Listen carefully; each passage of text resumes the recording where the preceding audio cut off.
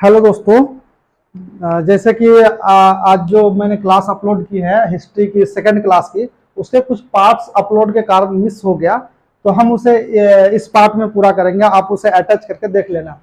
Right. जैसे कि हम बता रहे थे कि लोगों ने कारखाना का स्थापना किया, तो स्वाभाविक रूप से जब आप कारखाना का स्थापना करोगे तब किस चीज की डिमांड रखोगे? कच्चे माल की। तो लोगों में एक होड़ सी मच गई कि अब तो कारखाना स्थापित हो गया, खास करके यूरोप में, चूंकि औद्योगिक क्रांति तो उसी जगह पे हुआ था ना। औद्योगिक मतलब क्या होता है? कारखाना, फैक्ट्रीज। तो लोगों को कच्चे माल की जरूरत पड़ी और फिर अपना देश छोड़ के बाहर भी लोग जाने लगे कि कच्चे माल चाहिए। फिर लोगों ने क्या किया, अपने देश छोड़ के पूरब की ओर रुख किया कि पूरब की ओर हम जाते हैं और देखते हैं जहां भी कच्चा माल मिले। और सबसे महत्वपूर्ण भूमिका जो निभाया, ये मार्को पोलो की वो बुक जो मैंने बताया था, the travel of Marco Polo, या फिर मार्को पोलो की यात्रा वृत्तांत। उसने ये बुक जेल पे रह के ही लिखवाया था, तो उससे भी लोग आकर्षित हुए और जिसके कारण वो पूरब की ओर रुख किया और इंडिया तक पहुंचे। और इंडिया नहीं, चीन तक भी पहुंचे इन लोगों ने। चीन तक भी पहुंचा इन लोगों ने। और कुछ चीजें मैं दिखाना चाहता हूं। इससे पहले कि मैं कुछ बताऊं, आप एक काम करना, ये छोटी सी एक वीडियो है, आप इसे देख लो, आज समझो कि क्या बता रहा है। ओके।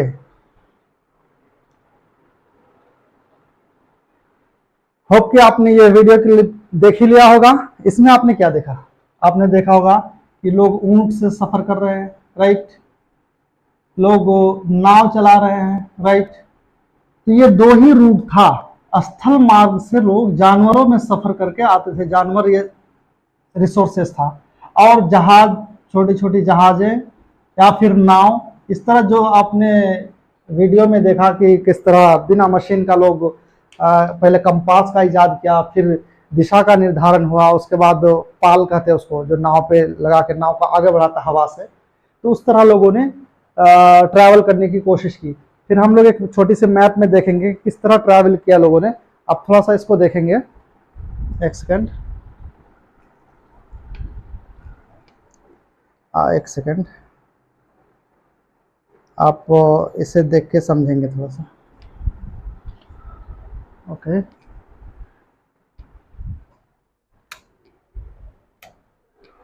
अब क्या आपको दिख रहा होगा? ये एक पिक्चर है, आप देखो इसे ध्यान से, मैं आपको समझाता हूँ। देखो, आप इस जगह पे ध्यान दो, इस जगह आप ध्यान दो। देखो, अपना इंडिया ये है, प्यारा भारत, आप देख रहे हो। और उस समय लोग दो रूट का यूज करता था, एक स्थल मार्ग और एक जल मार्ग। आप देखो, इस जगह पे है इटली। इटली ने एकाधिकार किया हुआ था। इसके लोग ये सिल्क रूट होते हुए, चाइना होते हुए एकदम पूरब की ओर जाता था, इधर म्यांमार भी आता था, और यहां से ये फिर सामान लेके ये टर्की होकर के ये इधर से फिर ये स्थल मार्ग होते हुए वो जेनेवा तक सामान पहुंचाता था। उसी तरह ये स्थल मार्ग ये इंडिया से कनेक्ट है आपका सिल्क रूट से। और ये आपका जो पर्सिया दिख रहा है ना, पर्सिया, बार बार पढ़ेंगे, फारस की खाड़ी, फारस की खाड़ी, फारस, ये शब्द आपका बार बार आएगा इस पे इतिहास में, तो आप ध्यान रखना इस चीज को। तो आप समझ रहे हो, ये पर्सिया जिसे हम कह रहे हैं, ये दरअसल इसको ईरान कहते हैं अभी, ईरान, ईरान, राइट। ये अभी ईरान के नाम से जानते हैं। तो आप देखना, ये तो स्थल मार्ग आपने समझ गया। अब देखो ये जल मार्ग, ये जल मार्ग देखो, आप कैसे दिखाऊं इससे। देखो आप, ये अपन इंडिया का कौन सा जगह है? ये महाराष्ट्र, मुंबई, और ये कोची, जहां पे अब्दुल मजीद के साथ पहली बार Vasco da Gama Cape of Good Hope होते हुए गया था। बट इधर ये रास्ता ना उस समय, इस समय तक खोज नहीं हुआ था, राइट। तो क्या काम करते थे अरब व्यापारी? सबसे पहले अरब व्यापारी लोग इंडिया से अपना बिजनेस शुरू किया। ये यहाँ से जहाज लेके आते, नाव लेके आते, और इस जगह से ये अपना कच्चा माल लेके जाता और फिर अपना उधर मुनाफा कमाता। दूसरी सबसे बड़ी बात यह है कि ये सब अरब कंट्री है। ये आपका अफ्रीका कॉन्टिनेंट है, ये सोमालिया इस जगह पे लिखा हुआ है, सोमालिया तक भी लोग व्यापार करता था। तो आप इस चीज को देखें कि अरब कंट्री जो है, इस रास्ते पे इन लोगों ने अपना एकाधिकार, मोनोपोली जिसको कहते हैं, अपना वर्चस्व कायम रखा था। तो जो भी यूरोपियन जहाज इस रूट होते हुए जाता था, देखो ये रूट है ना, ये जगह इसको कहते हैं लाल सागर, ये प्लेस इसको कहते हैं लाल सागर, आप समझो, लाल सागर, ठीक। और इसको कहते हैं मेडिटेरियन सी, मतलब भूमध्य सागर, जिसको हम लोग हिंदी में कहते हैं भूमध्य सागर। इस जगह पे है स्वेज नहर। अब ये स्वेज नहर नेचुरल नहीं है, ये मानवकृत है। इंसानों ने इस जमीन को काट के लाल सागर को और भूमध्य सागर को आपस में मिलाया। इसलिए एक प्रीलिम्स में क्वेश्चन बन सकता है, कौन सा नहर लाल सागर या भूमध्य सागर को जोड़ती है? तो स्वेज नहर। इस जगह पे क्या है? स्वेज नहर। अब आप देखो, ये 18वीं शताब्दी में बना, लेकिन बात यहां हो रही है 15वीं शताब्दी की। तो 15वीं शताब्दी में जो है, यहां तक लोग जहाजों में या नाव में आते थे। और उसके बाद ये इजिप्ट देखो आप, जिसको हम लोग क्या कहते हैं, मिस्र भी कहते हैं, मिस्र, ये इजिप्ट है। और ये इजिप्ट ही का एक हिस्सा इस तरफ है, ये इस जगह पे इजराइल होगा अभी जो बना है बाद में, ये इजिप्ट ही का 2 पार्ट है। अब बीच से ये स्वेज नहर कटा हुआ है। अब देखो, भूमध्य सागर और लाल सागर कनेक्ट कर रहा है, राइट। अब क्या काम करते हैं इटली वाले, क्या काम करते थे, यहां से सामान ला के इजिप्ट में जो अलेक्जेंड्रिया जगह है उस जगह पे रखते, और वहां से फिर वो स्थल रूट होकर के चारों तरफ ये इसको अपना बेचते और अपना मुनाफा कमाते। तो इस तरह क्या हुआ ना कि जब इटली ने अकेले इस तरह का जब कारोबार शुरू किया, तो यूरोप, आप देखो इस जगह पे यूरोप लिखा हुआ, राइट। अदर यूरोपियन कंट्री को लगा यार इटली का एकाधिकार होगा तो हम लोग क्या कर रहे हैं, हम भी तो बहुत कुछ कर सकते हैं। तो स्पेन इधर है, इस तरफ स्पेन है, यहाँ पे ये भूमध्य सागर के पास स्पेन, इस जगह पे पुर्तगाल मिलेगा आपको। तो स्पेन और पुर्तगाल ने दिमाग लगाया कि क्यों ना हम इन झंझटों से इटली से भी मुक्त पालें।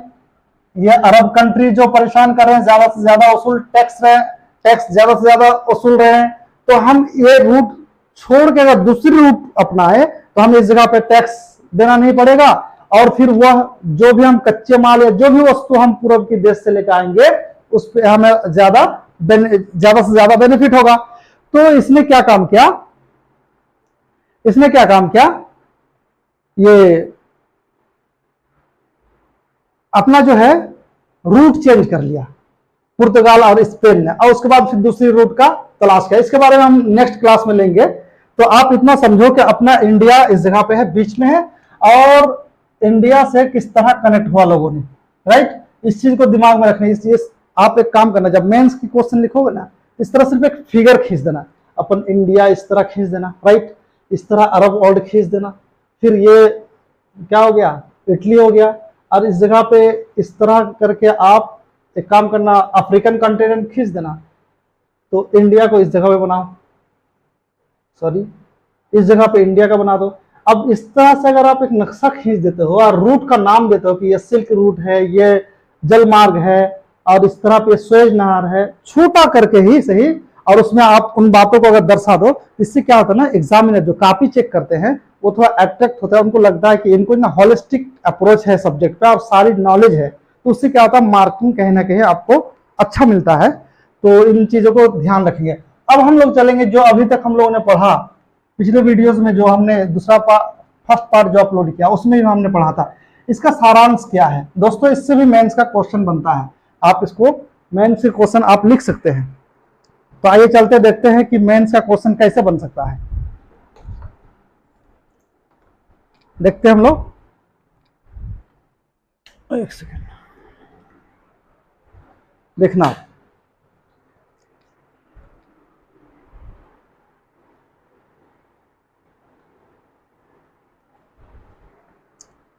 एक मेंस का क्वेश्चन बनता है इससे, आप लिखो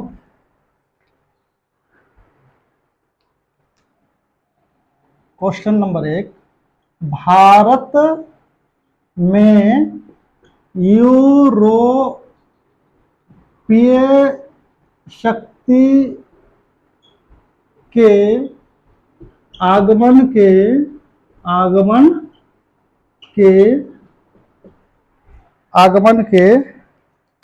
मुख्य कारण क्या थे? मुख्य कारण क्या थे? वर्णन करे या फिर प्रकाश डाले, कुछ भी लिखा जा सकता है, प्रकाश डाले।